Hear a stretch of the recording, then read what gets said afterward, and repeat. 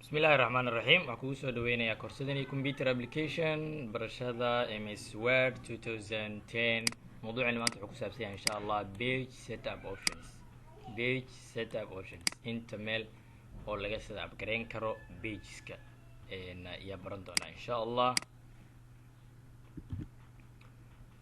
marka hore pagekeena waxaan soo gashanaynaa qoraal practicekeena iska isticmaalina round soo aragna pagekeena inaan set gareeno soo meelo badan laga set gareeyo oo arki doona insha Allah soo pagekeena si aan u set gareeno waxaan sameeynaa waxaan tagaynaa tabka loo yaqaano page layout waxaan tagaynaa groupka loo yaqaano page setup soo intaan ayaa la isku dhahaa setup gareyn page marginski orientationki size-ka columnska intaan oo dhan iyo pageka noociisa looga bedeli karaa soo waxaan ku hormareynaa columnkan wuxuu ku qabtaa inta column ee pagekaada uu yeelanayo hadda pagekeena anaga wuxuu leeyahay hal column oo ujeeda macnaha noocan u qoran column so pagekii haddii aan rabo one column haddii dooran two columns haddii aan rabo oo it means inter qaybna kasoo qoratay sida jaraa'idiyada oo kale waxaan darbanayaa two column pagekii muxuu noqonaa two column noqonaa qoraalkana dhamaanaa pageka markuu inta ku dhamaado qoraalka inta ku xiga inta ka bilaabanaa two pages columns meesha laga dalbado 3 page haddaan dhaho 3 columns haddii dhaho 3 columns noqonaa okay so one columns haddii aad rabto ama two column ama 3 column ama one column meesha laga dalbado page setup waa meeshaas columns laga dalbada inta column oo pagekaada uu noqonayo good waxaa gudbeynaa dhanka size pagekan size-ka uu noqonayo waa dalban karnaa size-ka uu noqonayo marka qaar waxaa la isticmaalaa hadda size-ka ugu badan la isticmaalo waa ama letter ama A4 A5 jiri karo waxaas oo dhan waa la sameyn karaa so waxaad sameynaysaa marka letter aad dooranaysa hadda anaga letter oo noo yahay waxaad dalban karnaa A4 si A4 oo noqdo raqda ase A4 si ugu daranta letterka xoogaa way ka yara weyntaa A4 so waxaad sameyn kartaa marka more paper sizes yaad halkan ku sameyn kartaa ka heli kartaa kadibna cabirka rabtaa siin kartaa okay custom size aa leedahay so adaa u dhiibanaysid width iyo height-ka u sheegaysaa simple kadibna size ka rabtaa ama mitir qaar waxaa laga yaabaa inuu kusoo saaran waxa loo yaqaano sizeska kale ee jira okay waxaa ku xigo setupka loo yaqaano orientationkan wuxuu ku qabanaa ilaa laba nooc ayuu ka kooban yahay portrait iyo landscape hadda anaga wax noo dooran landscape oo ah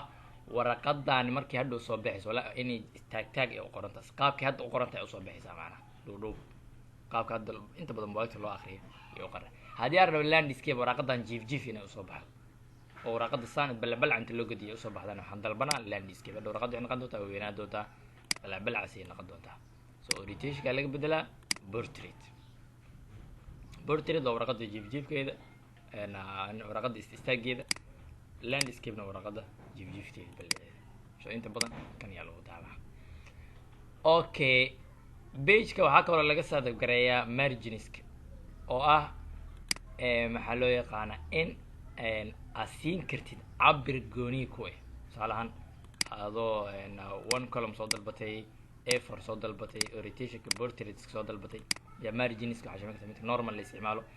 marginska waxaa loo jeedaa in pagekaada cabir aad siisid inta kore meeqoo kasoo sika doonaa qoraalka kore inta bidix meeqoo kasoo sika doonaa qoraalka midig muxuu kasoo sika doonaa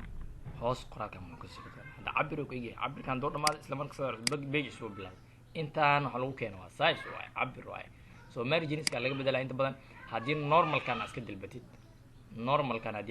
it means waxa waaye top wuxuu kasoo sika doonaa 1 left wuxuu kasoo sika doonaa 1.25 bottom wuxuu kasoo sika doonaa 1 waa kan ugu badan inta badan oo dooran waaye haddii aan rabo mid aniga ii gooni ama jaacaddeeda ama iskuulkayga ama assignmentiga laga soo diro la dhahay pageka qaybta kore intaas kasoo siko waxaad isticmaalaysaa custom margin kadibna waxaa leedahay topka waxaan kasoo sika doonaa tusaale ahaan 2 bottomka waxaan kasoo sika doonaa 2 si aan u aragno waxa loo yaqaano saameynta uu sameynayo